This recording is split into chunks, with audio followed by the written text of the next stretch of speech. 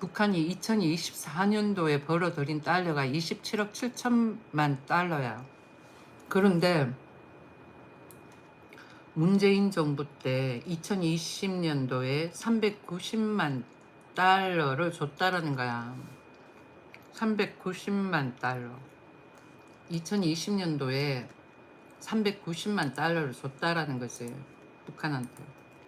여기 또 쭉 보면은, 그러니까 2016년도에 3억 3,260만 달러에 달했던 남북한 반출입 규모는 그해 개성공단 폐쇄 조치 이후 급감해가지고는 2020년도에는 390만 달러, 그리고는 2021년도에는 110만 달러, 2022년도에는 10만 달러에 그쳤고, 그리고는 2023년과 지난해에는 실적이 아예 없다라고 이야기를 해요.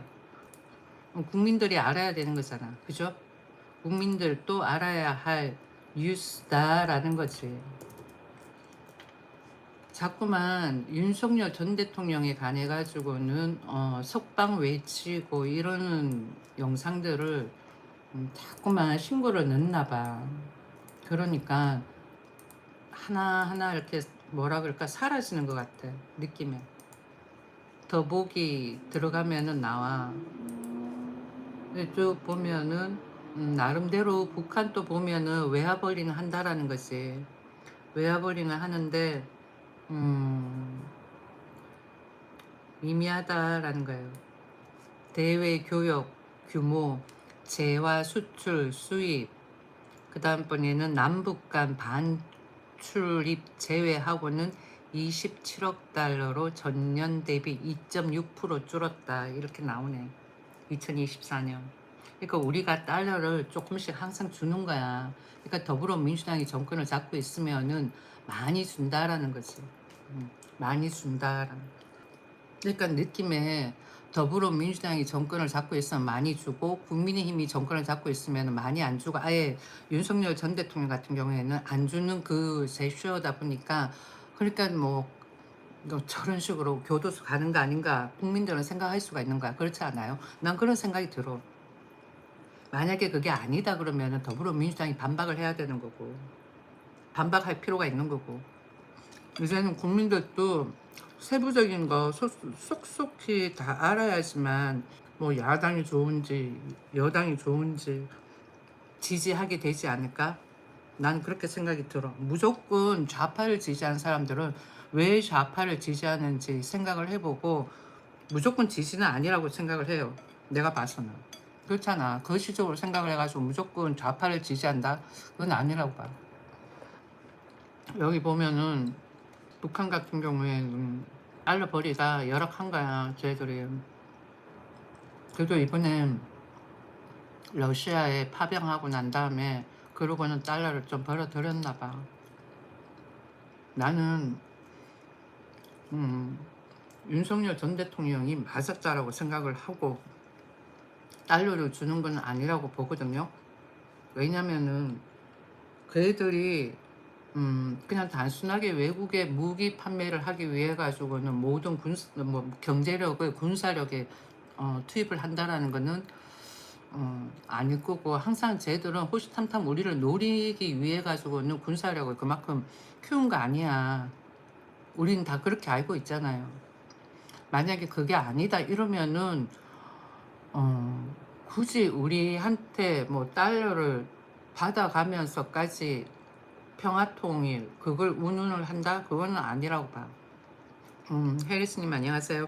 여기는 주중에는요 아침에 7시 저녁에 6시에 먹방 뉴스 그래가지고 진행을 해요. 그런데 그때는 채팅창에 글을 적을 수가 없어. 멤버십으로 가입을 해야지만 적을 수 있고 그 외의 시간대는 번개로 진행할 때는 적을 수 있어요. 아무튼 나는 내가 생각을 했을 때 윤석열 전 대통령이 맞았다라는 것을 주장하고 싶어요. 어떤 사람은 자꾸 계엄한 것 가지고 그러는데 윤석열 전 대통령이 대한민국 국민들을 향해 가지고 계엄 선포한 거 아니잖아. 대한민국 국민들을 향해 가지고 계엄을 선포를 했다 그러면은 시가로 해가지고는 군인들이 지나가고 뭐 그다음번에 탱크도 지나가고 뭐 그렇게 했겠지. 근데 그게 아니라 국회를 덮쳤잖아요. 그거는 뭐 국회의원들 중에 북한 세력이 있다라는 거지. 그런 종북주의 세력들을 좀 뭔가 척결할 필요가 있지 않을까 하는 생각을 하고는 계엄을 한 거야. 국민들을 향해서 한 게 아니라니까요. 그렇잖아. 뭐 계엄을 또 하고 또 하고 어쩌고 그러는데 한 번에 종북주의 세력들을 다 척결을 하고 나면은 뭐 또 하고 또 하고 할 필요가 뭐가 있어. 계속 매번 해가지고 북한에 딸려주자라고 하는 그런 세력들이 있다라는 걸 문제가 되지 않아요?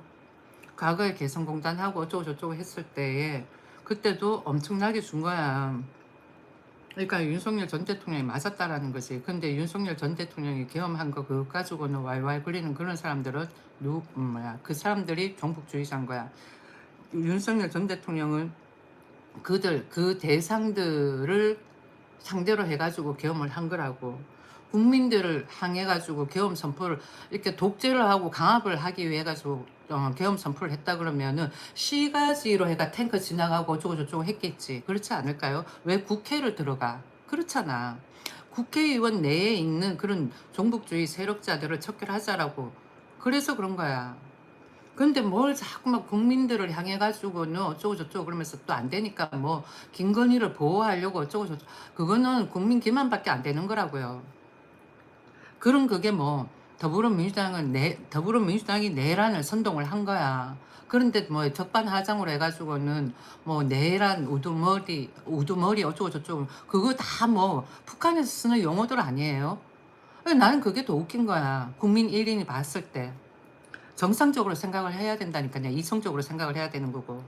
와가지고는 뭐 비정상이니 사이코니 뭐 등등 그렇게 적는 사람들은 1차적으로는 뭐 내가 이상하게 생각이 들 수도 있겠지. 근데 시간이 지나가가지고 이성적으로 한번 생각을 해보라고요. 국민들을 강압적으로 다루기 위해 가지고는 계엄을 했다 그러면은 시가지를 향해 가지고는 국민들을 상대로 하지 국회에 왜 진입을 하냐고. 그렇지 않을까요? 그러니까 계속 뭐 내란 우두머리 그러면서 계엄 가지고는 윤석열 전 대통령을 자꾸 몰아가는 그런 세력들이 종북주의자인 거야. 그런 세력들을 척결하자고 계엄을 한 거예요. 아시겠죠?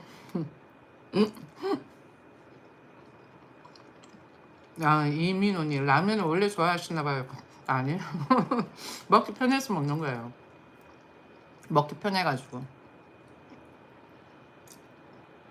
우잉 윤통의 계엄은 옛날의 계엄이 아니라 국회를 향한 선포였고 그렇지.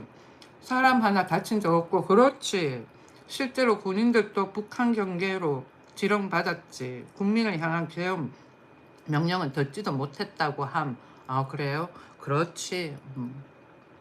그러니까 대한민국 국민들은 계엄 그러면은 조금 뭐라 그럴까 그런 부분에 있어가지고는 어, 부담감을 가져야 하잖아. 근데 뭐야 대한민국 국민뿐만 아니라 모든 전 세계 어느 나라 사람들도 계엄이라는 것 자체 가지고는 부담을 가지지. 그런데 윤석열 전 대통령 계엄 같은 경우에는 국민을 향한 계엄이 아니었잖아. 누구를 향한 계엄이었어? 국회에 있는 종북주의 세력자들. 아까 전에 내가 여기 전달했죠. 응? 북한에 딸려주는 북한에 딸려주는 이런 세력들을 좀 척결하자라는 거지. 여기 어디 갔어? 이건 거야. 그러니까 북한에 달러를 안 주는 윤석열 전 대통령이 당했다라는 거지. 그러니까 국민들이 정확하게 알아야 되는 거야. 그렇잖아요. 정확하게 알아야지. 지금 뭐야 더불어민주당이 걔들이 법을 바꿔가면서까지 걔들이 생각하는 주장대로 가려고 그러는 거야. 그거는 뭔가 잘못된 거지. 속지 마세요. 나는 이제는 더불어민주당이 신뢰를 가질 수가 없어. 윤석열 전 대통령을 풀어주면 몰라. 한번 좀 생각을 해볼게. 우리나라 체제를 북한 체제하고 좀 비슷하게 맞추려고 그러는 것 같아요. 내가 봐서는. 그렇게 체제를 좀 비슷하게 맞춰가면 나중에 통일할 때도 좀 편하니까. 근데 굳이 뭐 북한의 체제에 맞출 필요가 뭐가 있어. 북한이 우리 체제에 맞추면 되는 거지. 그렇지 않을까요?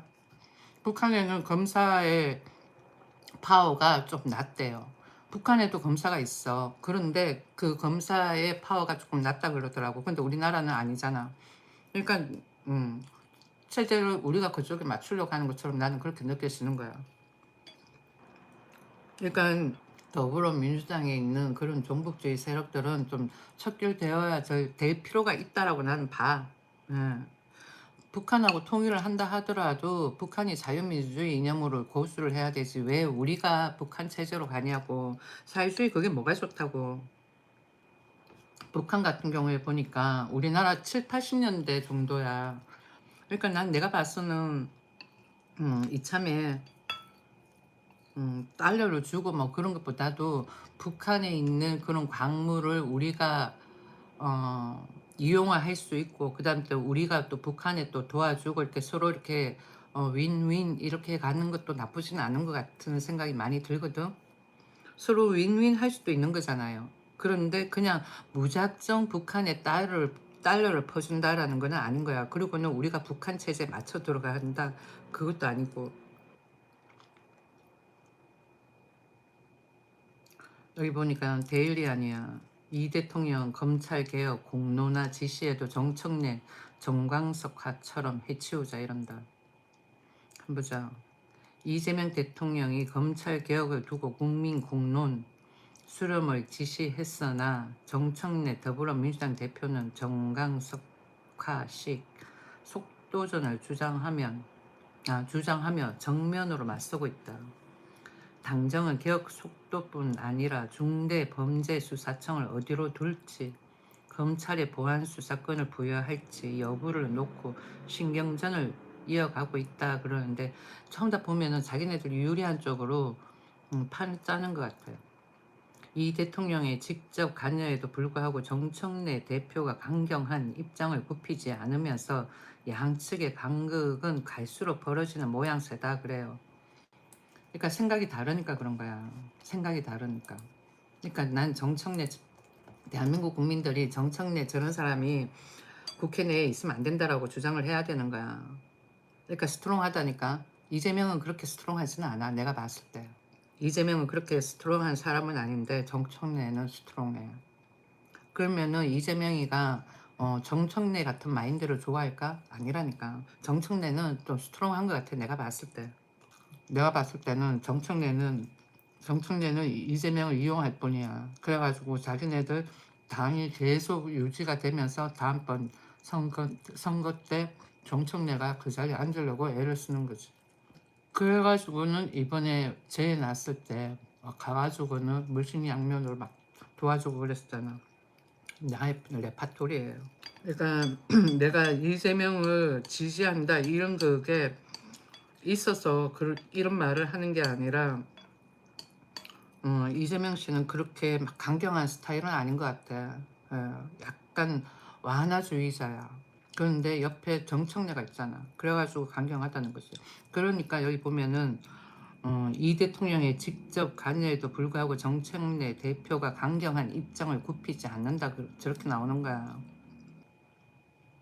그러니까 정청래 같은 경우에는 과거에 전두환 때, 그 전두환 같은 경우에는 그런 종북들이 어, 언론을 대상으로 해가지고 하는 그런 그걸 조금 약간 커버를 했거든요. 그러니까 그렇게 했던 그것보다도 저기 뭐야 정청래는 더 좀 스트롱한 것 같아. 내가 봤습니다. 또 다른 난 전반적으로 우파가 하는 모든 부분에 있어가지고 조금 더 진취적이고 좀 대한민국이 발전할 수 있는 방향으로 가는 것 같아. 근데 더불어민주당은 내가 봐서는 너무 진영 쪽이야. 그래가지고는 조금 별로다라는 거지. 얘들은 진보가 들어가지만은 그래도 좀 제한적이다라는 거예요. 내가 봐서. 근데 전반적으로 우파가 좀 낫다라는 거지. 이제 경제 뉴스를 한번 보고 내년도가 아니라 내년도 중앙정부 예산안이 총 지출 728조 원의 규모로 편성됐다 그래요. 야, 이제는 졸아가지고는 감도 안 온다. 원래보다도 8% 이상 증가했다 그러네. 2026년 예산안 결결됐다 그래. 여기 보면은 야, 국세를 7조 8천억 원 더 걷고 그래. 그 다음번에 기금 등 세외 수입을 14조 8천억 원 늘렸고 윤석열 정부가 편성한 올해 본 예상과 비교하면은 8.1% 늘었다 그래요. 2022년도 예산안 8.9% 이후 4년 만에 가장 높은 증가율이다. 의무 지출은 365조 원에서 388조 원으로 23조 원 정도 늘었다라는 거지. 재량 지출은 308조 3천억 원에서 340조 원으로 31조 7천억 원으로 증가했다. 이번 문재인 정부 때, 참 문재인이 아니라 저기 이재명 정부 때 북한에 달러를 주는지 한번 보자고. 달러를 주게 되면은 이 기사 이렇게 기자들이 다 알거든. 그래가지고는 기사를 올린단 말이야. 한번 보자고. 얼마를 줬고 주는지. 윤석열 때는 안 줬어.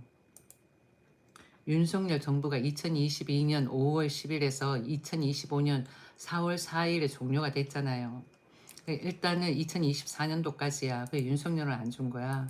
그러니까 트러블이 생긴 거지.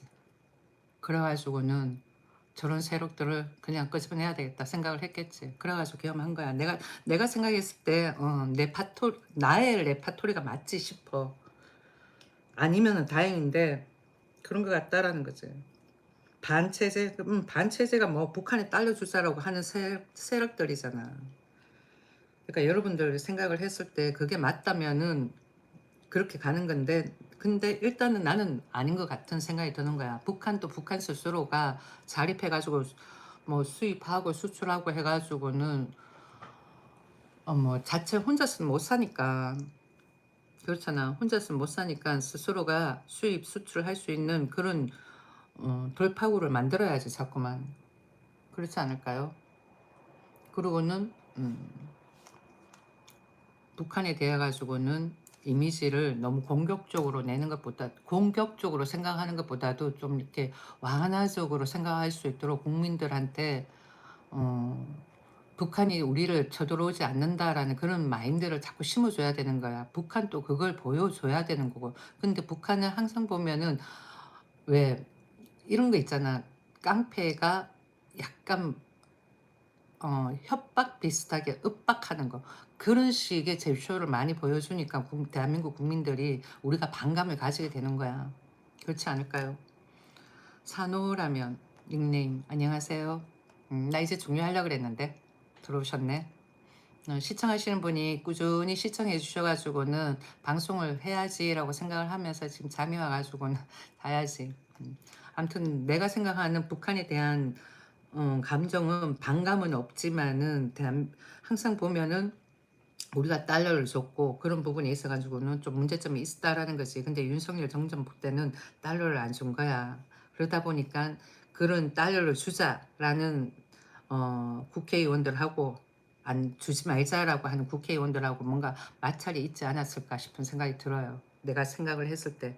그러다 보니까 음, 윤석열 전 대통령이 그런 세력들은 반체제 세력이다라고 생각이 드신 거지. 그래가지고는 그런 거 아닐까.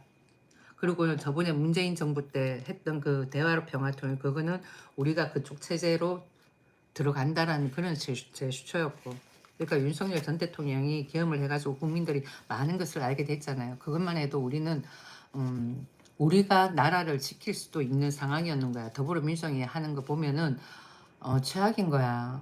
그러니까 윤석열 전 대통령은 죄가 없다라니까요. 어느 누가 죽은 것도 아니고 국민을 향해 가지고는 저기 뭐야 계엄 선포를 한 것도 아니고, 그 다음에 김건희를 지키기 위해 가지고 계엄을 한 것도 아니고, 평생 독재를 하기 위해 가지고 계엄한 것도 아니고, 국회 내에 있는 종북주의 세력들, 북한에 계속 달러를 주는 그런 세력들 척결하기 위해서 그런 거야. 북한이 본인들이 군사력에 경제를 다 투입을 안 하면 되잖아. 군사력에 경제를 왜 다 투입하냐고. 누구를 쳐들어가기 위해서. 그렇지 않나요? 경제가 열악한데 군사력을 키우면 뭐하냐고. 먹을 게 없는데 계속 권력만 늘리면 뭐하냐고. 히트니스 센터 가가지고는. 그렇지 않아요? 똑같은 거야. 내가 비유를 아주 뭐 유치한 비유를 들었지만은 먹을 게 없는데 나가서 일을 해야 되는데 휘트니스 센터 가가지고 권력 키우면 되냐고. 그렇지 않아? 똑같은 거야.